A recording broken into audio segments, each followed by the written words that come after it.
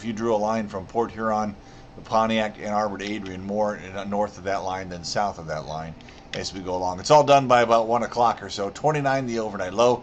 Temperatures during the evening are going to be plenty warm, so there will not be issues on the roads. If anything, they get a little wet, that's it. Most spots outside the city in the mid to upper 20s, so a little cool in the morning, and a peak or two of sunshine tomorrow, not tons. Probably the best chances in the morning to early afternoon. We got a shot at 40 in Detroit, other areas in the mid 30s. Partly to mostly cloudy tomorrow, 40. Here's your extended forecast. 43 Friday and Saturday with rain chances. Looks like everybody's got a chance on Friday, but on Saturday it's only the southern half or so. I-94